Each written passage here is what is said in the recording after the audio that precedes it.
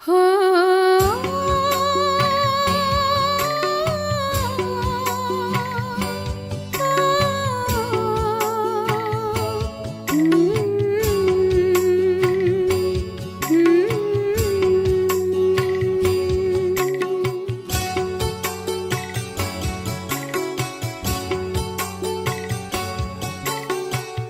चले वतन की ओर डाल के प्रेम की डोर। हम चले वतन की ओर डाल के प्रेम की डोर। बाबा खींच रहा है आज सहज ही अपनी।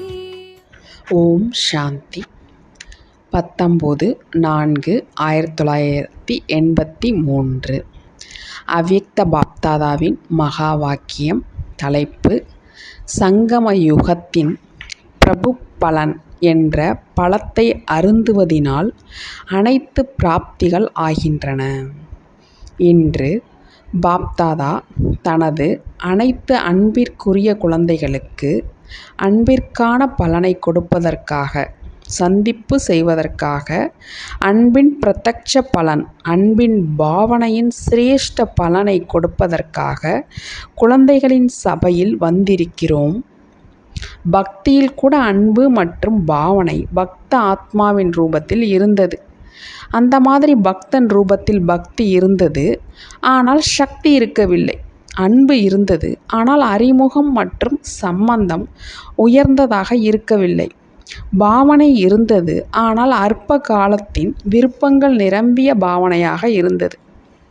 இப்பொழுது கூட அன்பு மற்றும் பாவனை இருக்கிறது, ஆனால் நெருக்கமான சம்பந்தத்தின் ஆதாரத்தில் அன்பு இருக்கிறது.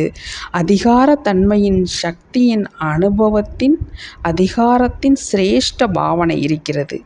யாசிக்கும் பாவனை மாறி, சம்பந்தம் மாறி, அதிகாரத்தன்மையின் நிச்சயம் மற்றும் போதை ஏறிவிட்டது. அந்த மாதிரி சிரேஷ்ட ஆத்மாக்களுக்கு எப்பொழுதும் பிரத்யட்ச பலன் பிராப்தி ஆகியிருக்கிறது. நீங்கள் அனைவரும் பிரத்யட்ச பலனின் அனுபவம் நிறைந்த ஆத்மாக்களாக இருக்கிறீர்களா? பிரத்யட்ச பலன் என்ற பழத்தை அருந்தி பார்த்திருக்கிறீர்களா? மற்ற பழங்களோ சங்கமயுகத்திலும் கிடைக்கும். மேலும் இப்பொழுது கலியுகத்திலும் அதிக பழங்கள் அருந்தி இருக்கிறீர்கள். ஆனால் சங்கமயுகத்தின் பிரபுவின் பழத்தை, பிரத்யட்ச பலன் என்ற பழத்தை ஒருவேளை இப்பொழுது அருந்தவில்லை என்றால் முழு கல்பத்திலும் அருந்த முடியாது. பாப்தாதா அனைத்து குழந்தைகளிடம் பிரபு பலம், அழியாத பழம், அனைத்து சக்திகள், அனைத்து குணங்கள், அனைத்து சம்பந்தத்தின் அன்பின் சாறு நிரம்பிய பழத்தை அருந்தி இருக்கிறீர்களா என்று கேட்கிறார். அனைவருமே அருந்தி இருக்கிறீர்களா அல்லது யாராவது அருந்தாமல் இருக்கிறீர்களா? இது ஈஸ்வரிய மந்திரம் நிரம்பிய பழம்.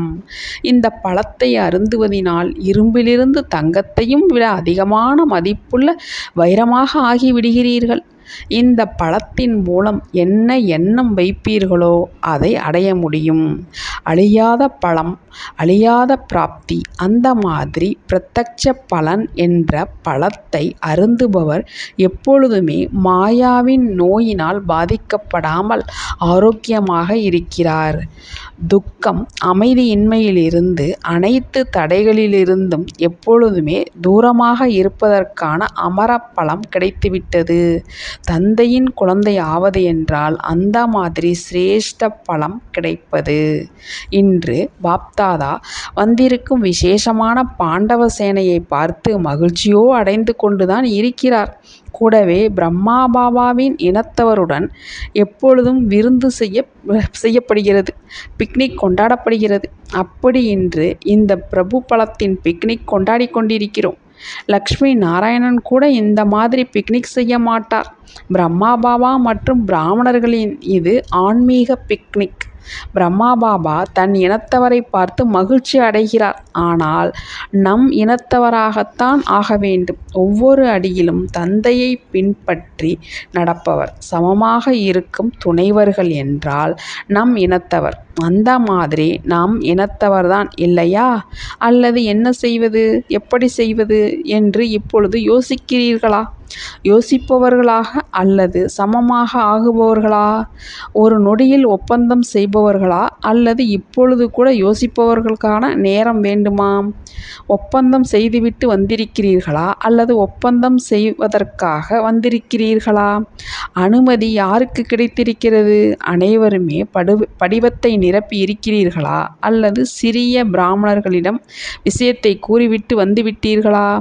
அந்த மாதிரி மிக இனிமையான விஷயங்கள் கூறுகிறார்கள். பாப்தாதாவிடம் அனைவரின் மனதின் விஷயங்கள் மற்றும் சாதுரியத்தின் விஷயங்கள் இரண்டுமே வந்து சேர்கிறது. நியமப்பிரகாரம் ஒப்பந்தம் செய்துவிட்டு வர வேண்டும். ஆனால் மதுபனில் சில ஒப்பந்தம் செய்பவர்களும் வந்துவிடுகிறார்கள். செய்துவிட்டு வருவதற்கு பதிலாக இங்கு வந்து ஒப்பந்தம் செய்கிறார்கள். எனவே பாப்தாதா எண்ணிக்கையில் தரத்தை பார்த்து கொண்டிருக்கிறார். எண்ணிக்கையில் விசேஷம் அதனுடையது, தரத்தின் விசேஷம் அதனுடையது.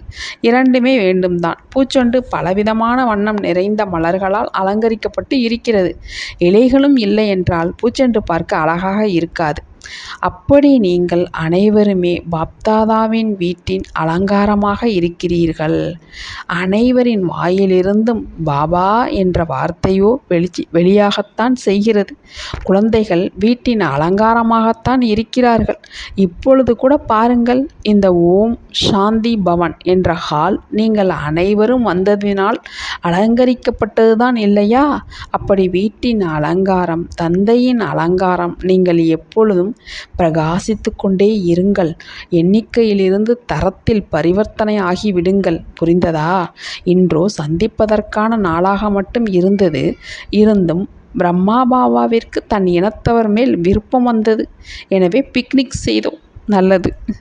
எப்பொழுதும் பிரபு பலத்தை அருந்துவதற்கு உரியவர், எப்பொழுதும் பிரம்மா பாபாவிற்கு சமமாக ஒரு நொடியில் ஒப்பந்தம் செய்யக்கூடிய, ஒவ்வொரு காரியத்திலும் கர்மயோகி, பிரம்மா பாபாவை பின்பற்றக்கூடிய அந்த மாதிரி தந்தைக்கு சமமான விசேஷ ஆத்மாக்களுக்கு நாலாபுறங்களிலும் உள்ள தரமாக மற்றும் அதிக எண்ணிக்கையில் இருக்கும் குழந்தைகளுக்கு பாப்தாதாவின் அன்பு நினைவுகள் மற்றும் நமஸ்காரம். तो बच्चों को तो सर्विस करनी है। जो बाबा कहते हैं सबको ये बताओ कि देखो तुम्हारा एम एंड ऑब्जेक्ट ये है, एक गीता है बगैर, ये राजयोग है ना बच्चे।